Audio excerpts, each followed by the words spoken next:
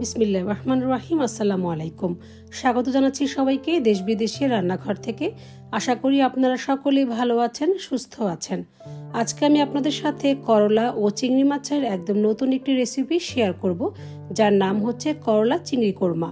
ছোট বাচ্চারা যারা করলা খেতে একেবারে পছন্দ করে না, তারাও এই কোরমার ভক্ত হয়ে যাবে। দারুণ মজাদার এই কোরমাটি আপনি পরিবেশন করতে পারবেন রুটি, পরোটা, লুচি, সাদা ভাত ছাড়াও পোলাওয়ের সাথে। আমি আজকে যেভাবে রান্না করেছি স্টেপ বাই স্টেপ ফলো করে রান্না করলে আপনাদের রান্না করা করলা চিংড়ি কোরমাটিও হবে একেবারেই পারফেক্ট। আশা করি আপনাদের সকলের কাছে ভালো লাগবে আজকের রেসিপি। তো চলুন কথা না বাড়িয়ে শুরু করা যাক। করলা কোরমা করার জন্য আমি এখানে মাঝারি সাইজের 3টি করলা ব্যবহার করেছি। সবচেয়ে বেস্ট ফলাফল পাওয়ার জন্য আপনাকে অবশ্যই সবচেয়ে বড় সাইজের যে করলাটি পাওয়া যায় সেই করলাটি ব্যবহার করতে হবে। আমার কাছে এই করলাটি অ্যাভেলেবেল ছিল, তাই আজকে আমি এটি ব্যবহার করেছি। আর করলা যত বড় হবে তার তেতো ভাবটা কিন্তু কম হবে, তাই অবশ্যই করলাটি বড় নেওয়ারই চেষ্টা করবেন। তো আমার করলাগুলোকে ভালোভাবে কেটে নেওয়া হয়ে গেছে। এখন আমি এর ভেতর থেকে বিচিগুলোকে বের করে নিচ্ছি। করলার মধ্য হতে বিচিগুলো বের করে নেওয়া হয়ে গেছে। এখন আমি এর সাথে হাফ চা চামচ পরিমাণ লবণ মাখিয়ে রেস্টে রেখে দিব 10 থেকে 15 মিনিটের জন্য।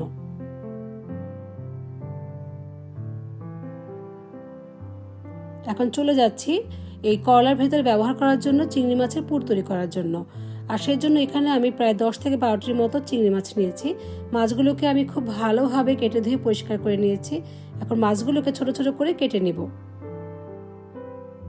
আর এই মাছের সাথে ব্যবহার করছি কাঁচামরিচ। আমি এখানে 3টি মাঝারি সাইজের কাঁচামরিচ ব্যবহার করেছি। কাঁচামরিচগুলোকেও আমি চিংড়ি মাছের মতো করে কেটে নিব। এখন দিয়ে দিচ্ছি খুবই সামান্য পরিমাণে কালো গোলমরিচের গুঁড়া ও হাফ চা চামচ পরিমাণ লাল মরিচের গুঁড়া। আর সাথে দিয়ে দিচ্ছি 1 মুঠের মতো পেঁয়াজ কুচি। আর দিয়ে দিচ্ছি হাফ চা চামচ পরিমাণ লবণ। এখন চলে যাচ্ছি করলাগুলোকে ফ্রাই করার জন্য। সেই জন্য একটি প্যানে দিয়েছি হাফ কাপ পরিমাণ সাদা তেল। আর দেখতে পাচ্ছেন আমার চিংড়ি মাছটি কিন্তু পেস্ট করে নেওয়া হয়ে গেছে। আমি একটু দেখিয়ে দিচ্ছি এর ঘনত্বটা কেমন হয়েছে। এখন দিয়ে দিচ্ছি কেটে রাখা করলাগুলোকে। তেলটি একটু হালকা গরম হয়ে আসলে করলাগুলোকে দিয়ে দিব। এখন দিয়ে দিব চিংড়ি মাছের পুরগুলো। আমি একটি পাইপিং ব্যাগের সাহায্যে এই চিংড়ি মাছের পুরটি এই করলার মধ্যে দিয়ে দিচ্ছি।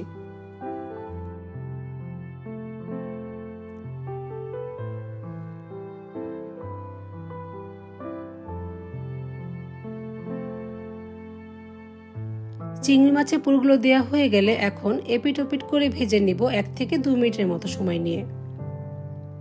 আমার রেসিপিগুলো যদি আপনাদের ভালো লেগে থাকে চাইলে সাবস্ক্রাইব করে আমার পাশে থাকতে পারেন। পাশাপাশি লাইক, কমেন্টস ও শেয়ারও করতে পারেন। আমি চেষ্টা করব ইনশাল্লাহ নিত্য নতুন রেসিপি নিয়ে আপনাদের সামনে হাজির হতে। আর যারা ইতিমধ্যেই আমাকে সাবস্ক্রাইব করেছেন তাদের সকলকে জানাই অসংখ্য ধন্যবাদ। আর যারা আজকে নতুন আমার চ্যানেলে ভিজিট করছেন, আশা করি সবসময় এইভাবেই আমার পাশে থাকবেন এবং লাইক, কমেন্টস ও শেয়ারও করবেন। তো দেখতেই পাচ্ছেন আমার ভেজে নেওয়া হয়ে গেছে করলাগুলোকে। এখন আমি এগুলোকে তুলে রাখছি। আপনি চাইলে ঠিক এই অবস্থায় কিন্তু স্ন্যাক্স হিসেবে খেতে পারবেন।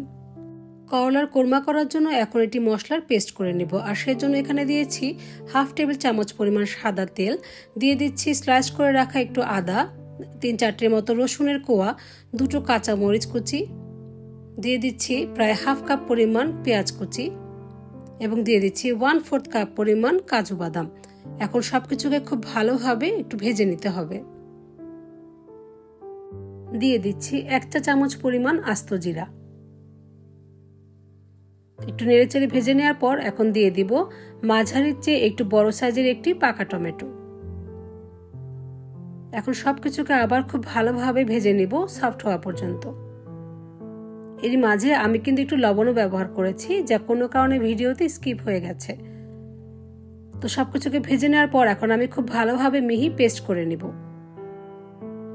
সেই একই প্যানে দিয়ে দিচ্ছি আমাদের পেস্ট করে রাখা মশলাগুলোকে।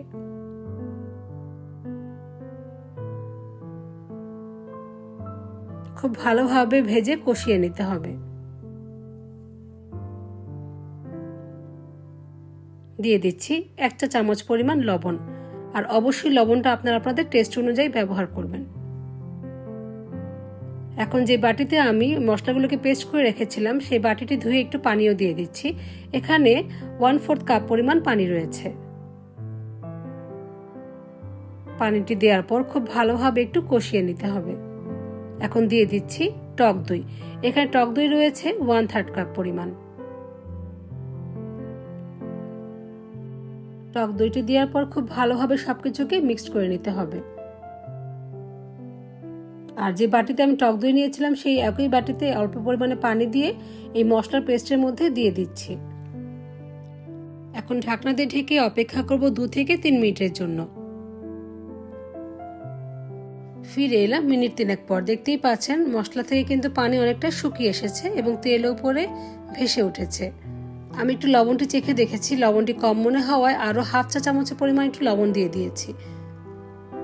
তো আর মশলাটি খুব ভালোভাবে কষানো হয়ে গেছে। আর যেহেতু আমি এগুলোকে একটু ভেজে ব্যবহার করেছি তাই খুব বেশি একটা সময় লাগেনি এগুলোকে কষাতে। আর এখন দিয়ে দিচ্ছি আমাদের ভেজে রাখা করলাগুলোকে।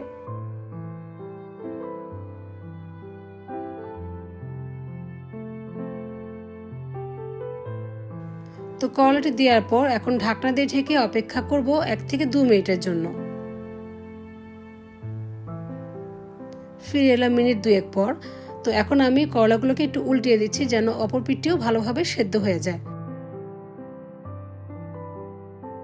আর যেহেতু আমাদের করলা আগে থেকে ভাজা ছিল সুতরাং পুরো রান্নাটি কমপ্লিট হতে খুব বেশি একটা সময় লাগবে না, অর্থাৎ টোটাল 4 থেকে 5 মিনিটের মধ্যেই আমার রান্নাটি কমপ্লিট হয়ে যাবে।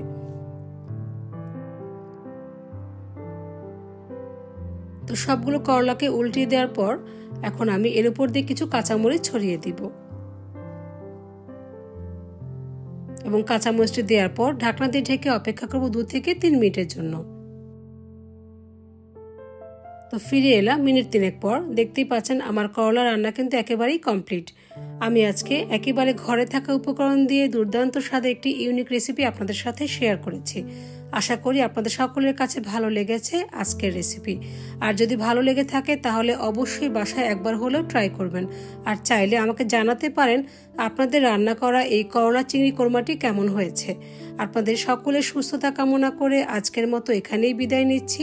Thank you for watching.